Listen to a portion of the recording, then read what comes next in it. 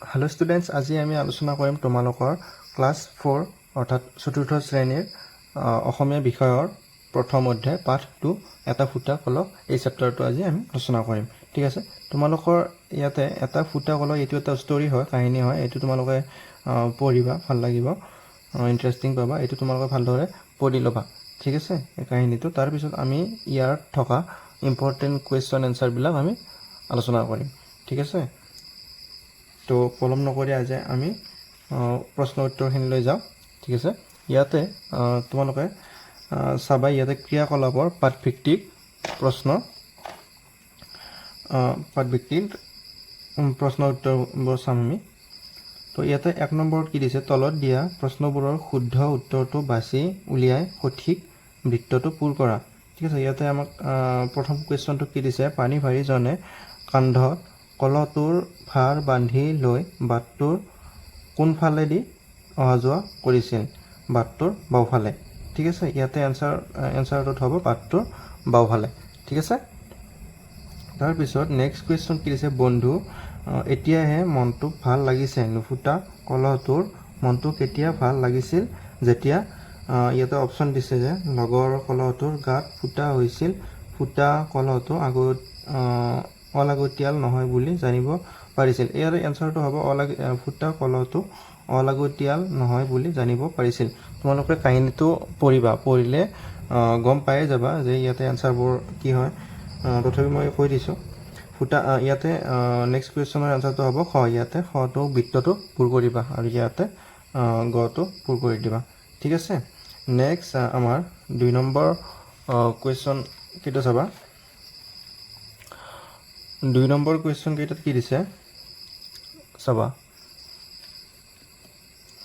2 number দিছে তলত দিয়া উত্তৰবোৰৰ তলত দিয়া প্ৰশ্নবোৰৰ উত্তৰ কোৱা আৰু লিখা ক নম্বৰত দিছে পানী ভাৰী জনৰ ঘৰ ক'ত আছিল তাৰ পিছত আকৌ খ নম্বৰ দিছে পানী ভাৰী জনৰ ঘৰৰ পৰা নৈ ঘাটৰ দূৰত্ব কিমান আছিল ফুটা কলটোৱে কিয় কান্দিছিল নুফুটা কলটোৰ কিয় ভয় লাগিছিল এইখিনি কোৱেশ্চন আনসাৰ আমি কৰিম ঠিক আছে তোমালোকে চাবা প্ৰথমতে আমাক দিছে যে পানী ভাৰী জনৰ ঘৰ ক'ত আছিল তো ইয়াতে চাবা ক নম্বৰটো চাবা পানী ভাৰী জনৰ ঘৰ পাহাৰপুৰ নামৰ এখন গাঁৱত আছিল ঠিক আছে তাৰ পিছত খ নম্বৰটো দিছে পানী ভাৰী জনৰ ঘৰৰ পৰা নৈ ঘাটৰ দূৰত্ব কিমান আছিল খ নম্বৰটোৰ উত্তৰ পানী ভাৰী জনৰ ঘৰৰ পৰা নৈৰ ঘাটটো এমাইল মান দূৰত্ব আছিল ঠিক আছে তাৰ পিছত গ নম্বৰটো চাবা ফুটা কলটোৱে কিয় কান্দিছিল ইয়াতে গ নম্বৰ উত্তৰটো চাবা তাৰ গাত থকা ফুটাটোৰে পানী নিগৰি গৈ পানী ভাৰী জনৰ কষ্ট অথলে যোৱা বুলি ভাবি নিজকে অলাগতিয়াল যেন অনুভৱ কৰি ফুটা কলটোৱে কান্দিছিল ইয়াতে উত্তৰটো লিখি ল'বা তোমালোকে স্ক্ৰীনশ্বট মাৰি ল'ব পাৰা ঠিক আছে নেক্সট তোমালোকৰ চাবা খ নম্বৰটো কি দিছে নুফুটা কলটোৰ কিয় ভয় লাগিছিল ইয়াতে চাবা উত্তৰটো খ নম্বৰটোৰ উত্তৰ নুফুটা কলটোৱে পানী ভাৰী জনে কোনোবা এদিন পেলাই দিব আৰু সি অকলশৰীয়া হৈ পৰিব বুলি ভাবি নুফুটা কলটোৰ ভয় লাগিছিল ঠিক আছে তাৰ পিছত নেক্সট আমাৰ নেক্সট পেজত 19 নম্বৰটো চাবা 19 নম্বৰটো কি দিছে পানী ভাৰী জনে কলজোৰক বাটটোৰ কাষলৈ কিয় লৈ গৈছিল তো এই 19 নম্বৰটো চাবা আমাৰ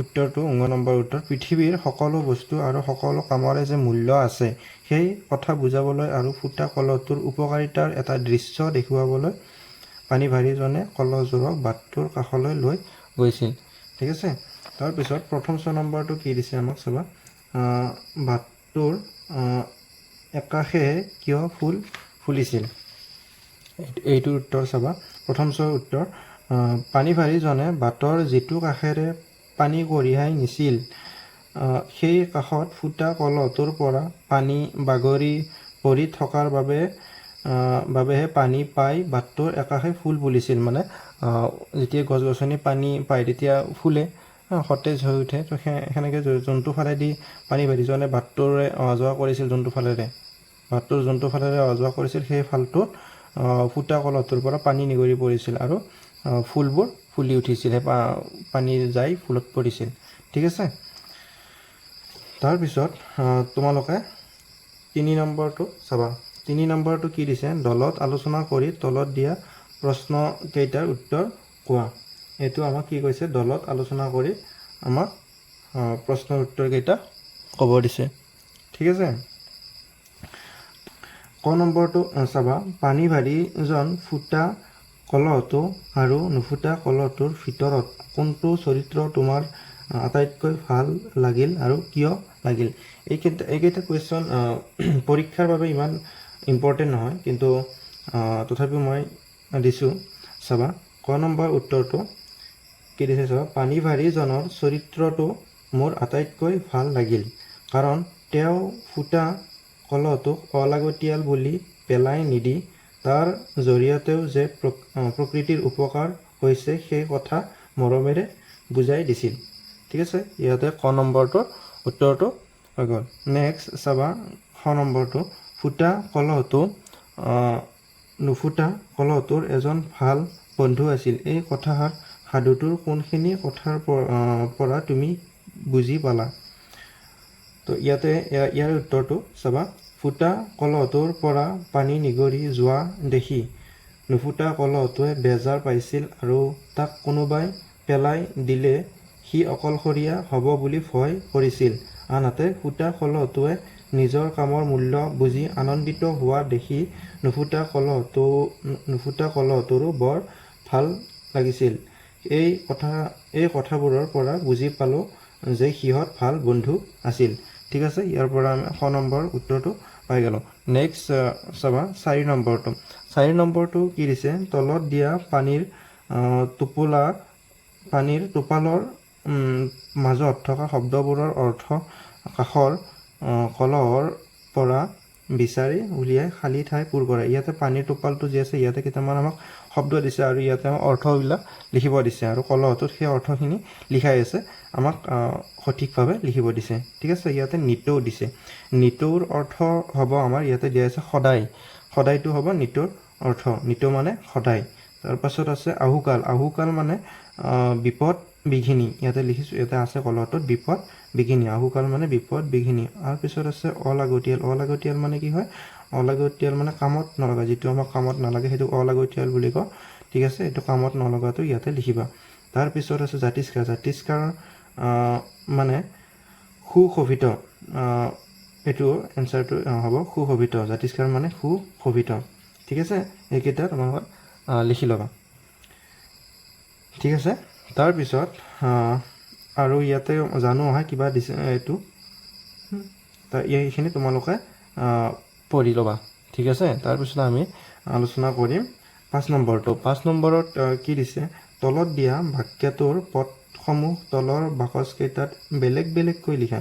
মানে এই এটা বাক্য দিয়া আছে আমাক, সেই বাক্যটো আমি তলৰ বাকচকেইটাত বেলেগ বেলেগকৈ লিখিব লাগিব। ঠিক আছে, ইয়াতে দিছে বহুদিনৰ আগৰ কথা। ইয়াতে 3টা শব্দ আছে, 3টা শব্দ আমি বেলেগ বেলেগকৈ লিখিব লাগিব। ঠিক আছে, ইয়াতে প্ৰথমতে আমি কি লিখিছোঁ, বহুদিনৰটো প্ৰথমতে লিখি লৈছোঁ। তাৰপিছত আগৰ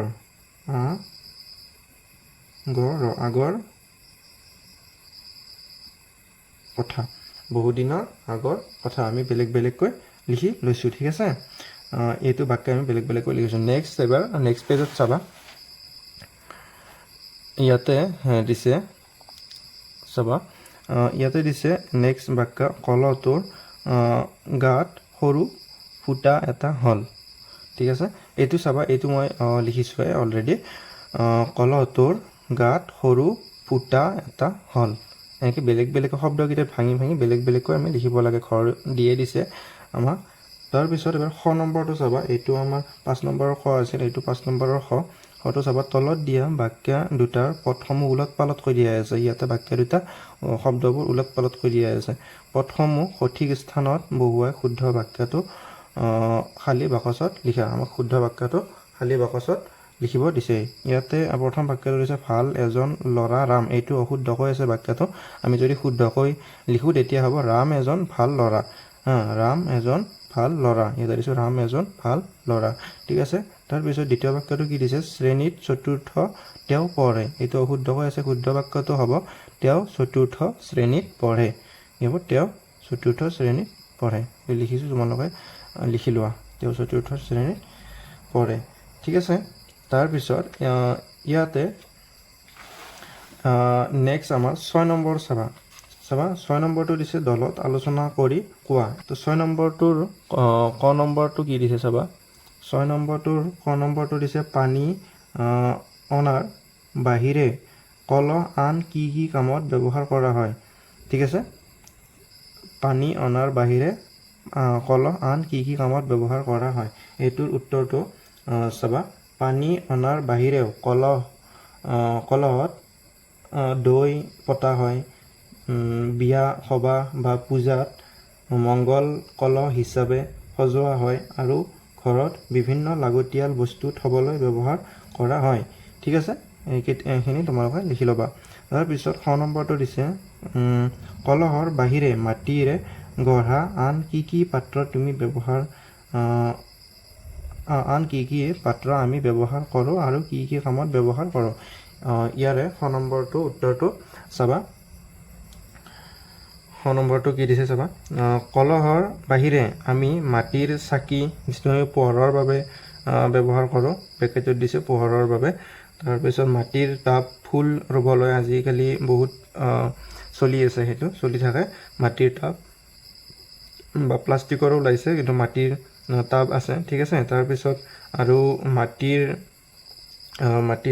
গ্লাছ বা ভাৰ চাহ বা পানী খাবলৈ তোমাৰ মাটিৰ গ্লাছত চাহ খাই পাইছেনে নাই কমেণ্টত ক'বাচোন মাটিৰ গ্লাছ থাকে আজিকালি চাহ খাব পাৰি ঠিক আছে